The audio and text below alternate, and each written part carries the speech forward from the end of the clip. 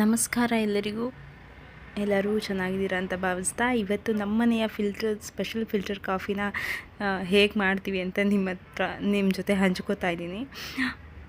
ಇಲ್ಲಿನ ನಮ್ಮ ಅತ್ತೆ ಹೇಳ್ಕೊಟ್ಟಿರೋ ರೀತಿಯಲ್ಲಿ ನಾವು ಫಿಲ್ಟರ್ ಕಾಫಿ ಡಿಕಾಕ್ಷನ್ ಹಾಕ್ತೀನಿ ದಿನ.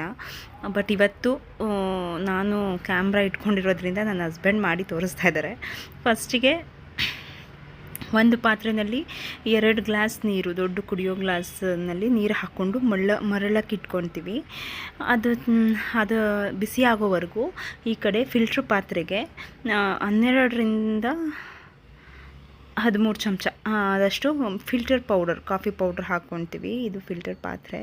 ಇದು ನಮ್ಮ ಹಸ್ಬೆಂಡ್ ಅವರ ಅಜ್ಜಿ ಉಪಯೋಗಿಸ್ತಿರೋಂಥ ಪಾತ್ರೆ. ಇವತ್ತಿಗೂ ನಮ್ಮ ಮನೇಲಿ ಕಂಟಿನ್ಯೂ ಆಗಿದೆ. ಅದು 30 ವರ್ಷದ್ದು. ಅದನ್ನೇ ನೋಡ್ತಾ ಇದ್ದೆ. ಫಸ್ಟಿಗೆ ಸಕ್ಕರೆ ಹಾಕ್ಕೊಂಡು ನೆಕ್ಸ್ಟು ಅದೇ ನಾನು ಹೇಳಿದ್ನಲ್ಲ ಅಷ್ಟು ಚಮಚ ಫಿಲ್ಟರ್ ಕಾಫಿ ಪೌಡರ್ ಹಾಕ್ಕೊಳ್ತೀವಿ.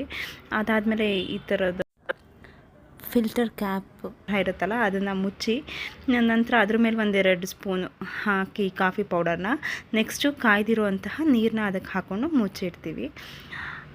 ನೆಕ್ಸ್ಟ್ ಒಂದು 10 ನಿಮಿಷ ಕೆಳಗಡೆ ಅದು ಡಿಕಾಕ್ಷನ್ ಹಿಡಿಯುತ್ತೆ. ನಂತರ ಕಾಯಿಸಿರೋ ಹಾಲು ಬಿಸಿ ಇದ್ದರೆ ಹಾಗೆ ಡೈರೆಕ್ಟ್ ಡಿಕಾಕ್ಷನ್ ಸೇರಿಸ್ಕೊಂಡು ಬೆಲ್ಲ ಅಥವಾ ಸಕ್ಕರೆ ಹಾಕ್ಕೊಂಡು ಕುಡಿಬೋದು. ಇಲ್ಲಿ ಹಾಲು ತಣ್ಣಗಾಗೋಗಿತ್ತು ನಮ್ಮ ಮನೆಯಲ್ಲಿ. ಅದಕ್ಕೋಸ್ಕರ ಈ ಥರ ಒಂದು ಲೋಟಕ್ಕೆ ಈ ಥರ ಹಾಲು ಮತ್ತು ಡಿಕಾಕ್ಷನ್ ಹಾಕ್ಕೊಂಡು ನಮಗೆ ಎಷ್ಟು ಸ್ಟ್ರಾಂಗ್ ಬೇಕೋ ಅಡ್ಜಸ್ಟ್ ಮಾಡಿಕೊಂಡು ಸ್ವಲ್ಪ ಬಿಸಿ ಮಾಡಿಕೊಂಡು ಒಂದು ಗ್ಲಾಸಿಗೆ ಬೆಲ್ಲದ ಪುಡಿ ಹಾಕಿ ಕಾಯಿಸೋದ್ರಿಂದ ಸ್ವಲ್ಪ ಟೇಸ್ಟು ಡಿಫ್ರೆನ್ಸ್ ಆಗುತ್ತೆ. ಒಂದೊಂದು ಸತಿ ಹಾಲು ಹೊಡೆದಂಗೆ ಆಗುತ್ತೆ.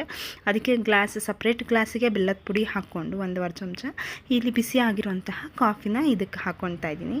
ಇದೇ ರೀತಿ ಪ್ರತಿನಿತ್ಯ ನಮ್ಮ ಮನೇಲಿ ಕಾಫಿ ರೆಡಿ ಆಗುವಂಥದ್ದು.